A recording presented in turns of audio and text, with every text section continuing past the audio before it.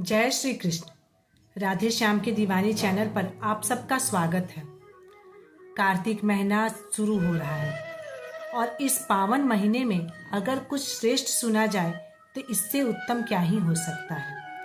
और श्री कृष्ण ने स्वयं कहा है कि महीनों में मुझे कार्तिक अति प्रिय है और वेदों में मैं स्वयं श्रीमद् भगवद गीता हूँ। तो इस पुण्यदायी महीने में अगर हम भगवद गीता का पाठ करें, सुने और समझे तो उससे जीवन में फलदायी कुछ नहीं हो सकता। तो चलिए आज इस वीडियो में हम श्रीमद् भगवद गीता के महात्म्य को सुने। श्रीमद् भगवद गीता के महात्म्य स्वयं श्री हरि विष्णु ने माता लक्ष्मी से सुनाया है और इसमें बताया है कि गीता के पहले अध्याय में ही कि भगवद गीता स्वयं श्री हरि विष्णु का ही रूप है। कौन से अध्याय शरीर है उनका, कौन से अध्याय हाथ हैं, कौन से अध्याय पैर हैं, ये सारे कुछ का वर्णन श्रीमद् भगवद गीता के पहले अध्याय के लिए है। और श्रीमद् भगवद गीता के पहले अध्याय के पाठ से क्या पुण्य मिलता है इसका भी फल हम इस महात्म्य में जानेंगे। तो चलिए कथा को शुरू करते हैं।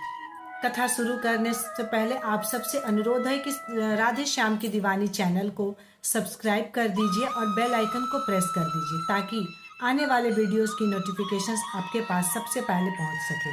श्रीमद् भगवद गीता के पहले अध्याय का महात्म्य।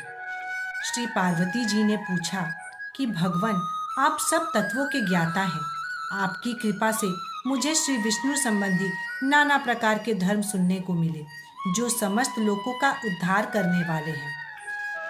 हे देवेश, अब मैं गीता का महात्म्य सुनना चाहती हूँ जिसका श्रवण करने से श्री हरि में भक्ति बढ़ती है।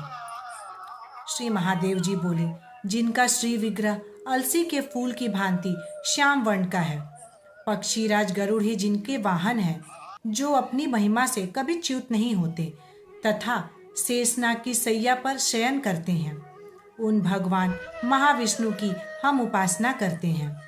एक समय की बात है, मूर दैत्य के नाशक भगवान विष्णु शेषनाग के रमणीय आसन पर सुखपूर्वक विराजमान थे। उस समय समस्त लोगों को आनंद देने वाली भगवती लक्ष्मी ने बड़े आदर के साथ श्री हरि से प्रश्न किया। श्री लक्ष्मी जी ने पूछा, भगवान आप संपूर्ण जगत के पालन करते हुए भी अपने ऐश्वर्य के प्रति उदासीन से होकर इस क्षीर सागर में नींद क्यों ले रहे हैं, इसका क्या कारण है? श्री भगवान बोले, सुमुखी, मैं नींद नहीं लेता हूँ, अपितु तत्व का अनुसरण करने वाली अंतर्दृष्टि के द्वारा अपने ही माहेश्वर तेज का साक्षात्कार कर रहा हूँ। देवी, यह वही तेज है जिसका योगी पुरुष कुशाग्र बुद्धि के द्वारा अपने अंतःकरण का दर्शन करते हैं तथा जिसे मीमांसक विद्वान वेदों का सार तत्व निश्चित करते हैं। वह माहेश्वर तेज एक अजर प्रकाश स्वरूप आत्मरूप, रोग शोक से रहित, अखंड आनंद का पुंज, निष्पंद मतलब निरीह तथा द्वैत रहित है। इस जगत का जीवन उसी के अधीन है, मैं उसका अनुभव करता हूँ। देवेश्वरी, यही कारण है कि मैं तुम्हें नींद लेता हुआ सा प्रतीत हो रहा हूँ।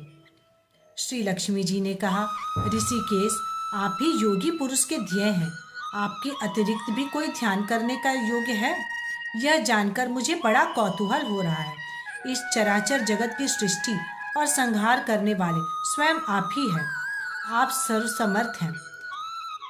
इस प्रकार की स्थिति में होकर भी यदि आप उस परम तत्व से भिन्न हैं तो मुझे उसका बोध कराइए।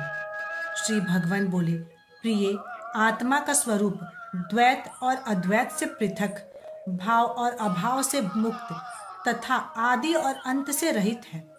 शुद्ध ज्ञान के प्रकाश से उपलब्ध होने वाला तथा परमानंद स्वरूप होने के कारण एकमात्र सुंदर है। वही मेरा ईश्वरीय रूप है। आत्मा का एकत्व ही सबके द्वारा जानने योग्य है। गीता शास्त्र में इसी का प्रतिपादन हुआ है। अमित तेजस्वी भगवान विष्णु के ये वचन सुनकर लक्ष्मी देवी ने शंका उपस्थित करते हुए कहा, भगवान, यदि आपका स्वरूप स्वयं परमानंदमय और मन वाणी के पहुंच के बाहर है, तो गीता कैसे उसका बोध कराती है? मेरे इस संदेह का आप निवारण कीजिए। श्री भगवान बोले, सुंदरी सुनो, मैं गीता में अपनी स्थिति का वर्णन करता हूँ। क्रमशः 5 अध्याय को तुम 5 मुख जानो, 10 अध्यायों को 10 भुजाएं समझो तथा 1 अध्याय को उदर और 2 अध्यायों को दोनों चरण कमल जानो। इस प्रकार यह 18 अध्यायों की वांगमय ईश्वरीय मूर्ति ही समझनी चाहिए। यह ज्ञान मात्र से ही महान पातकों का नाश करने वाली है। जो उत्तम बुद्धि वाला पुरुष गीता के 1 या आधे अध्याय का अथवा 1 आधे या चौथाई श्लोक का भी प्रतिदिन अभ्यास करता है, वह सुशर्मा के समान मुक्त हो जाता है। श्री लक्ष्मी जी ने पूछा, देव, सुशर्मा कौन था, किस जाति का था और किस कारण से उसकी मुक्ति हुई? श्री भगवान बोले, प्रिय, सुशर्मा बड़ी खोटी बुद्धि का मनुष्य था। पापियों का तो वह शिरोमणि ही था। उसका जन्म वैदिक ज्ञान से शून्य एवं क्रूरतापूर्ण कर्म करने वाले ब्राह्मणों के कुल में हुआ था। वह न ध्यान करता था, न जप, न होम और न ही अतिथियों का सत्कार करता था। वह लंपट होने के कारण सदा विषयों के सेवन में ही लगा रहता था। हल जोतता और पत्ते बेचकर जीविका चलाता था। उसे मदिरा पीने का व्यसन था तथा वह मांस भी खाया करता था। इस प्रकार उसने अपने जीवन का दीर्घकाल व्यतीत कर दिया। एक दिन मूढ़ बुद्धि सुशर्मा पत्ते लाने के लिए किसी ऋषि के वाटिका में घूम रहा था। इसी बीच काल रूपधारी काले सांप ने उसे डस लिया। सुशर्मा की मृत्यु हो गई। तदंतर वह अनेक नरकों में जा वहीं की यातनाएं भोगकर मर्त्यलोक में लौट आया और वहां बोझा ढोने वाला बैल हुआ। उस समय किसी पंगु ने अपने जीवन का आराम से व्यतीत करने के लिए उसे खरीद लिया। बैल ने अपनी पीठ पर पंगु का भार ढोते हुए बड़े कष्ट से 7-8 वर्ष बिताए। एक दिन पंगु ने किसी ऊंचे स्थान पर बहुत देर तक बड़ी तेजी के साथ उस बैल को घुमाया। इससे वह थक कर बड़े वेग से पृथ्वी पर गिरा और मूर्छित हो गया। उस समय वहां कौतूहलवश आकृष्ट हो बहुत से लोग एकत्रित हो गए। उस जन समुदाय में से किसी पुण्यात्मा व्यक्ति ने उस बैल का कल्याण करने के लिए उसे अपना पुण्यदान किया। तत्पश्चात कुछ लोगों ने भी अपने अपने पुण्यों का याद करके उन्हें उसके लिए दान किया। उस भीड़ में एक वेश्या भी खड़ी थी। उसे अपने पुण्य का पता ही नहीं था, तो भी उसने लोगों की देखा देखी उस बैल के लिए कुछ त्याग किया। तदंतर यमराज के दूत उसे मरा हुआ प्राणी को पहले यमपुरी में ले गए। वहां यह विचार कर कि वह वैश्या के दिए हुए पुण्य से पुण्यवान हो गया है, उसे छोड़ दिया गया। फिर वह भूलोक में आकर उत्तम कुल और शील वाले ब्राह्मण के घर में उत्पन्न हुआ। उस समय भी उसे अपने पूर्व जन्म की बातों का स्मरण बना रहा।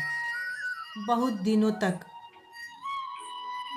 के बाद अपने अज्ञान को दूर करने वाले कल्याण तत्व का जिज्ञासु होकर वह उस वैश्या के पास गया और उसके दान की बात बतलाते हुए उसने पूछा, तुमने कौन सा पुण्य दान किया था?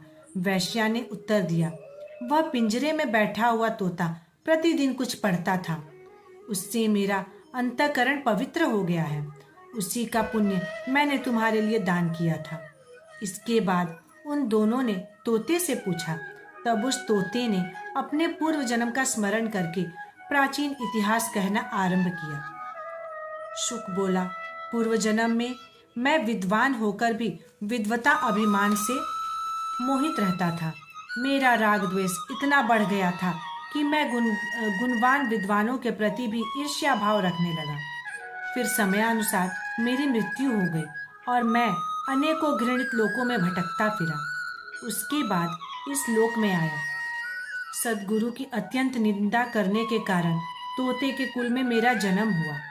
पापी होने के कारण छोटी अवस्था में ही मेरे माता पिता से वियोग हो गया। एक दिन मैं ग्रीष्म ऋतु में तपे हुए मार्ग पर पड़ा था। वहां से कुछ श्रेष्ठ मुनि मुझे उठा लाए और महात्माओं के आश्रय में आश्रम के भीतर एक पिंजरे में उन्होंने मुझे डाल दिया। वहीं मुझे पढ़ाया गया। ऋषियों के बालक बड़े आदर के साथ गीता के प्रथम अध्याय की आवृत्ति करते थे। उन्हीं से सुनकर मैं भी बारंबार पाठ करने लगा। इसी बीच में एक चोरी करने वाले बहेलिये ने मुझे वहां से चुरा लिया। तत्पश्चात इस देवी ने मुझे खरीद लिया। यही मेरा वृतांत है, जिसे मैंने आप लोगों से बता दिया। पूर्व काल में मैंने इस प्रथम अध्याय का अभ्यास किया था, जिससे मैंने अपने पापों को दूर किया है। फिर उसी से इस वैश्या का भी अंतःकरण शुद्ध हुआ और उसी के पुण्य से ये द्विजश्रेष्ठ शर्मा भी पाप मुक्त हो गए। इस प्रकार परस्पर वार्तालाप और गीता के प्रथम अध्याय के महात्म्य की प्रशंसा करके वे तीनों निरंतर अपने अपने घर पर गीता का अभ्यास करने लगे। फिर ज्ञान प्राप्त करके वे मुक्त हो गए। इसलिए जो गीता के प्रथम अध्याय को पढ़ता, सुनता तथा अभ्यास करता है, उसे इस भव सागर को पार करने में कोई कठिनाई नहीं होती है। ये थी श्रीमद् भगवद गीता के पहले अध्याय का महात्म्य। आशा करती हूँ कि आपको ये सुनकर समझ आया होगा कि श्रीमद् भगवद गीता के पहले अध्याय का वर्णन क्या है, महिमा क्या है उसकी। और कार्तिक जैसे पुण्यदायी महीना में अगर हम नियमित रूप से श्रीमद् भगवद गीता का श्रवण करते हैं तो उसका फल कितना कई गुना बढ़ के हमें मिलता है।